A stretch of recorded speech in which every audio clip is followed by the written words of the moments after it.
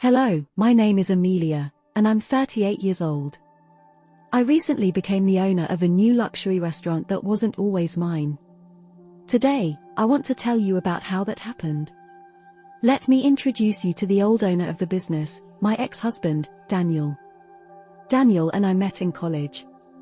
We hit it off pretty instantly, started dating shortly after we met, and just stuck. Daniel was everything I wanted in a partner, so I knew there was no reason for me to ever leave him. After we graduated, we focused on our own careers and worked really hard to make it big. I had been doing fairly well as I earned pretty well and was in a respectable position in my company. Daniel, however, was doing way better than me. He very quickly climbed the corporate ladder and found himself in a very high position in his company. It was around this time that Daniel asked me to marry him, and I enthusiastically said yes. We decided to have a relatively small wedding so we could splurge on a nice house for us. Now, I had more than enough money to buy my house and have a big wedding, but I didn't want to dip into my savings. You see, when I was growing up, since I had about 4 other siblings, my family struggled financially. Both my parents worked in high-paying jobs, but having 5 children so close in age did not help. So, as soon as I started working, I began saving up. I opened a savings account with a high rate of return, and I have been religiously adding to it ever since. By the time I got married, I had built up quite a good amount of money. Even though I had the means to, Daniel and I both decided that it wasn't necessary to use. After that, Daniel and I lived pretty comfortably. We never really lacked anything, and on more occasions than I'd like to admit, we made impulse purchases that would make anyone's eyes pop out of their skull. I'm only saying all this to paint a picture of just how good we had it. So, I was very concerned when I began to notice how depressed Daniel was becoming. He seemed lifeless and rarely talked to me. One day, I finally managed to sit him down properly and got him to talk. "What's wrong, honey?" "I don't know. I just feel like I haven't accomplished much." "What are you talking about?" "You're at your peak right now. You're one of the highest paid employees in your company and have the next highest power after the CEO. Yeah, I know. It's just, it doesn't feel right." "What do you mean?" "Well, I'm grateful that I get to make so much money and exercise the power that many people dream of, but this is not what I always had in mind." "Are you talking about your dream to open up your luxury restaurant?" "Yeah, I mean, now is the perfect time to do it, right? I've achieved whatever I needed to, and we're definitely really comfortable with our lives." "So, what's stopping you?" "It's a huge risk, Amelia. If I have to start something that big, I'd have to quit my current job, and we'd be able to survive on my savings for around another 4 to 5 years. That's only for our survival. I have no other means to fund the project." "Well, how badly do you want to start the project?" "Honestly, as soon as I can. But realistically speaking, I'd probably have to work another 8 to 9 years before I have enough money to fund it and allow us to survive comfortably." "Actually, you don't need to do that." "Huh? What are you talking about? You know how I've been putting aside money since I was 16. Well, I have a pretty large amount in my savings with interest and all. I could give you the money." "No, that's your money. You shouldn't have to give it all up for me." "That's nonsense, honey. There's no such thing as your money and my money. We're married, and I love you. Just let me do this one nice thing for you, okay? I really don't know how to thank you enough for this. Just be as successful as you can and be happy. That's all I want for you." I never had any big ambitions in my life, but I knew all about Daniel's big dream. It was the one thing he never stopped talking about back in college. He had seen all the big luxurious restaurants in movies and TV shows and always wanted to own one of his own. Even though we got busy with our lives after college, he still brought up this dream of his every now and then. I should have realized something was wrong when he stopped bringing it up for a few months, but I was also glad that he opened up to me about it. I knew just how much it meant to him, and since I had the funds to help him out, I saw no reason not to help him fulfill his dream. It was even better to see Daniel return to his old self. Over the next week, we began planning how to get the business started. We decided it was best to have the money transferred to Daniel so he could easily make all the payments he needed to make. However, I wanted to transfer all the money he needed at once without seeming suspicious in any way. My mom, who is a lawyer, told me many stories about the banks and the FBI getting involved in large transactions, so I called her to ask her how to get around it. Hey Mom, how's it going? Hi sweetie, everything's going well. Although I am super excited to finally retire next year. Work treating you badly? No, but I'm just too old to keep doing this. I still love my job, and I'm grateful for everything it gave me, but my God, it never stops. I'm counting down the minutes to my retirement at this point. Oh Mom, it'll be over before you know it, and then you'll miss it. Well, we'll cross that bridge when we get there. Anyways, was there any particular reason that you called? Oh yeah, I was going to ask you if you knew how to withdraw or transfer a large amount of money at once without making it look suspicious. Large amount of money? Why? Well, since the start, Daniel has always had a dream to open up his own luxury restaurant. He's been down in the dumps recently because he feels like he's lost all his passion and motivation. So, I offered to help fund his project. Wow, that is very sweet. Where are you getting all this money from? You know, the money that I've been setting aside for the past 20 years. You're giving him all your life savings. Yeah, I can't think of any better way to spend it. It'll make him happy, and that's all I care about. Okay, well, will you at least have a contract drawn up stating you as an investor? Contract? Why would I make a contract with Daniel about it when I willingly offered him my money? Look, sweetie, I've been a lawyer for 45 years now. I've seen a lot of things, and if there's one thing I'm absolutely sure of, it's that the world of business, especially successful ones, changes people, usually for the worst. So, you think that Daniel will turn on me? How could you think that way? We've been married for 11 years now. I know I sound like a jackass, but it's true. I don't doubt the both of you or your relationship.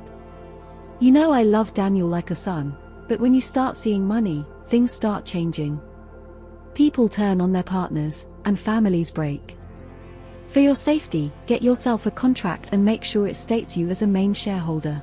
I know you're not wrong, but it just feels so wrong. How will I even bring this up with Daniel? You just need to rip it off like a band-aid. I'm sure he'll handle it well, and if he doesn't, well, he doesn't get his project funded, at least as funded as he wants it. That feels like I'm taking advantage of him. It's a small price to pay to make sure you're covered. If you need me to write you that contract, just let me know. Alright, just give me a few days to think it over, okay? I hated that my mom was right. I hadn't even thought of it that way. I lost a lot of sleep over the next few nights because I didn't know what was right. On one hand, I'd be protecting myself, but on the other, doing it would be like slapping Daniel in the face. I mean, I had just promised him that I would help him achieve his dream, and then I decided to backtrack a little. But eventually, I decided to go ahead with the contract. I decided to get a second opinion from another lawyer, one that wasn't going to be biased towards me because I knew them. They agreed with what my mom had said too and also brought to light that having this contract would serve as a savior for both Daniel and me. My stomach was a mess that day that I decided to talk to Daniel about it. After dinner that day, I sat Daniel down and told him that I needed to talk to him about something. Hey, so I needed to talk to you about something. Yes, what is it? You know how I said that I would give you my money? Yes, well, I was talking to my mom about it, and you know, since she's a lawyer and all, she implored me to make a contract with you about it. A contract for what? Technically speaking, I will be an investor in your company, so I will need that written down. Why do you need all that? Do you not trust me? Of course, I do. It's just that it's better to have everything in writing. All I'm hearing is that you don't trust me. If I didn't trust you, I wouldn't have offered you the money to begin with. Then why are you suddenly asking for a contract? You know that I trust my mom with all the legal stuff. I have always listened to what she said, and it saved me a bunch. She's even helped us out of many sticky situations. Sure, but this is very different.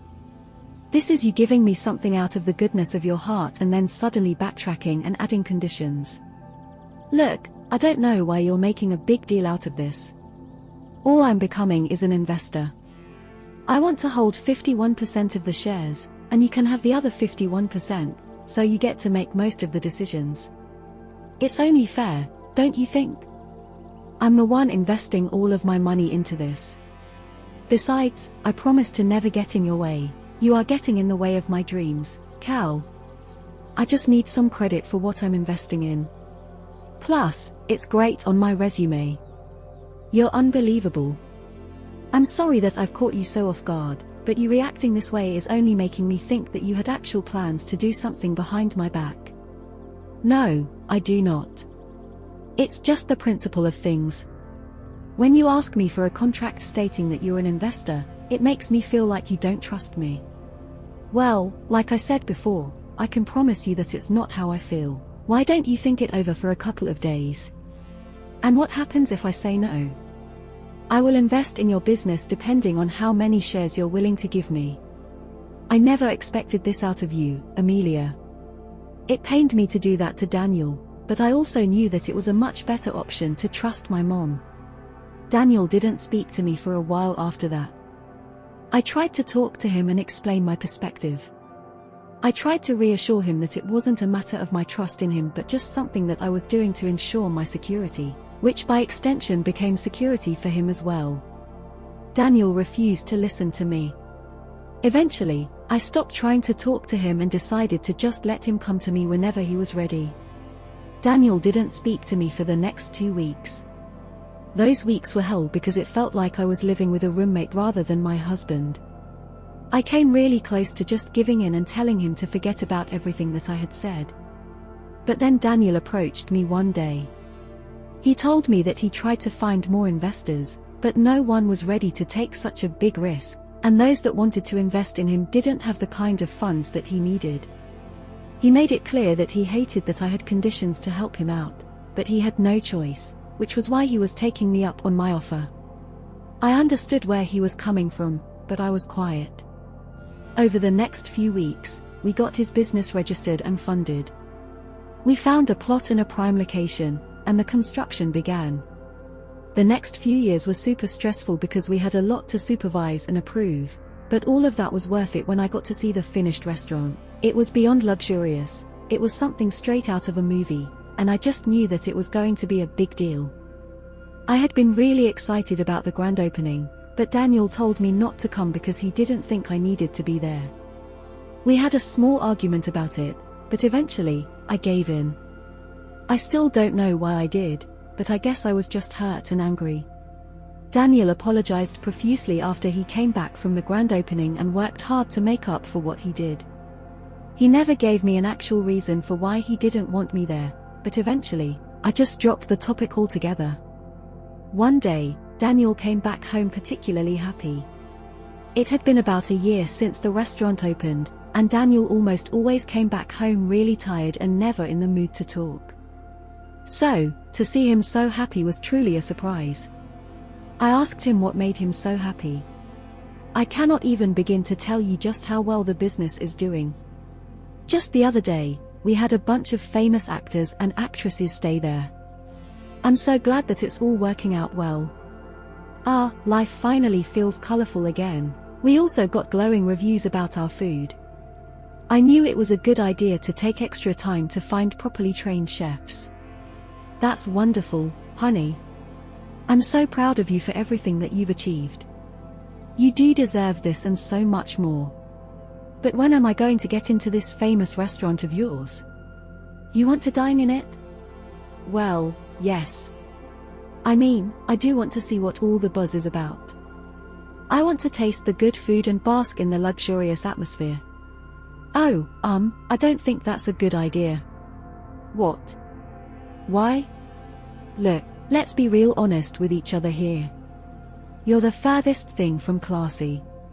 I don't want my business's image to tarnish because of someone who looks like you. Are you actually being serious right now? There's no need to get all upset about it. I'm only speaking the truth. Why wouldn't I get upset? I invested everything into this, only for you to tell me that I'm not welcome because I don't look like I belong there. I get a lot of high-profile clients, okay? And you know how the rich are. They're all snobby and believe that only they have certain things. If they see you dress like you usually do, my business will start to tank. You really are something, aren't you? What does that mean? You just showed me your true colors, and I'm going to make you pay for it. There's no need for any empty threats, okay? I'm simply doing what's best for my business. That is something you'll never understand, unfortunately. I was so angry that I was calm. I couldn't believe that my own husband thought so lowly of me. What had I done to him to deserve this view? All I could think about at that moment was how I had lost all the money that I had invested. It all felt so pointless to have even tried to support my husband when he thought I was not allowed to enter the restaurant based on something so superficial. I never even got to pocket any of the returns on my investments because that went straight into Daniel's pocket. That was something I was happy to give him because I was already earning enough for myself through my own job. It was not like Daniel spent that money on anything but the house anyway. But now, I needed to get it all back. I saw no reason for someone as ungrateful as him to own his dream. He must have forgotten just how his business came to be because if he did remember it, he would never have treated me that way. I wanted revenge, and I knew just who to go for. I called my mom up after Daniel left the house to give me space to cool down. I told my mom everything that had happened and asked her if I could do anything. She told me that since I was the major investor and shareholder, I had total say in what happened in the business. No big decision could be made without my approval, and I also got to decide who owned the business. Armed with that knowledge, it was only a simple process of holding a board meeting with the rest of the shareholders and letting them know that there had been a change in ownership. Of course, I was asked why the sudden change, and when I explained what had happened, most of them looked shocked. Some of them even snickered at the absurdity of Daniel's actions. By the end of the meeting, all of them were on board with my plan. Then came the paperwork, which took a little while. I knew that everything had been done successfully when Daniel came back home one day fuming. He stormed into the house and began yelling my name really loud. He finally found me in our bedroom. "What the hell did you do? What are you talking about?" "Don't even. I just got called for a board of directors meeting, and I got told that I was no longer the head of the restaurant." "Oh, really? That's rough. How could you do this to me? You knew this was my dream. Some dreams are just not meant to be fulfilled. You threw me out, all because I told you that you weren't fit to sit in my restaurant. Tell me how you would have reacted if the tables were turned." "I would definitely not have done this because that would never have happened. I take great pride in how I look, and I make sure that I look the part wherever I go." "That's true, you do look very much like the loser you are. How did you even do this?" My. For someone who claimed that they knew what business was like, you sure don't understand how it works, huh? This has something to do with that stupid contract, doesn't it? Since I'm the major shareholder, I get to have a saying in the ownership as well.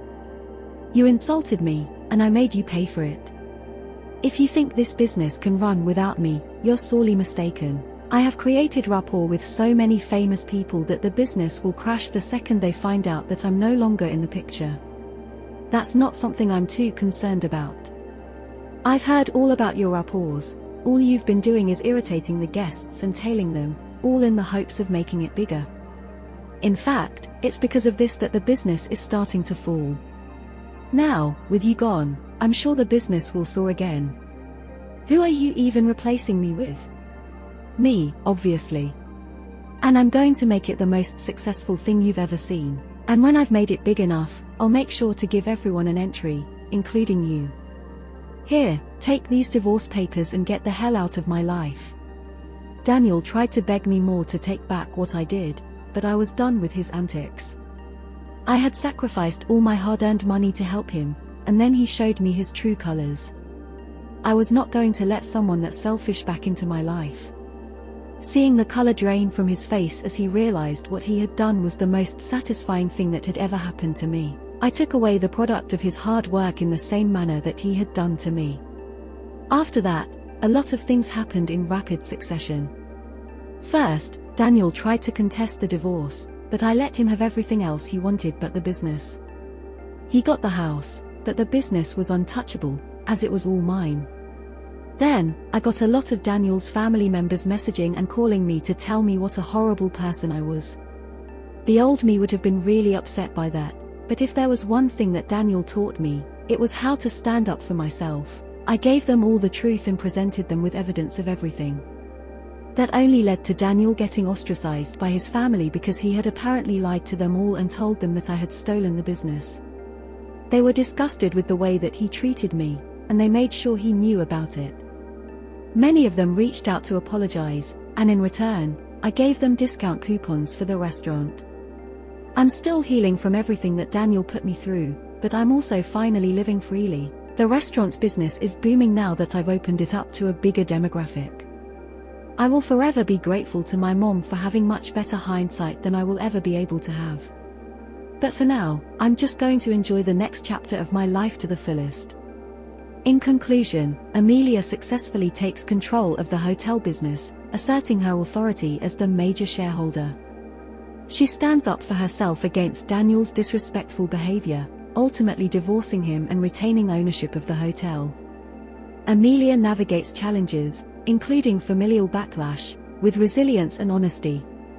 The hotel flourishes under her leadership as she expands its reach to a broader audience.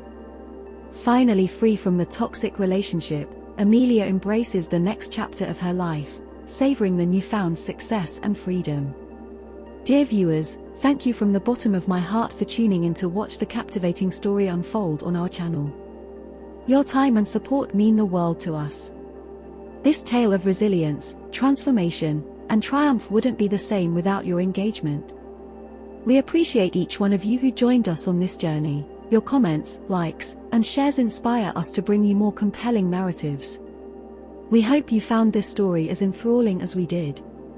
Stay tuned for more content that sparks emotions, stimulates thoughts, and, most importantly, entertains. Thank you for being a part of our community. Your presence makes it all the more special. Warm regards, Insightful Tales.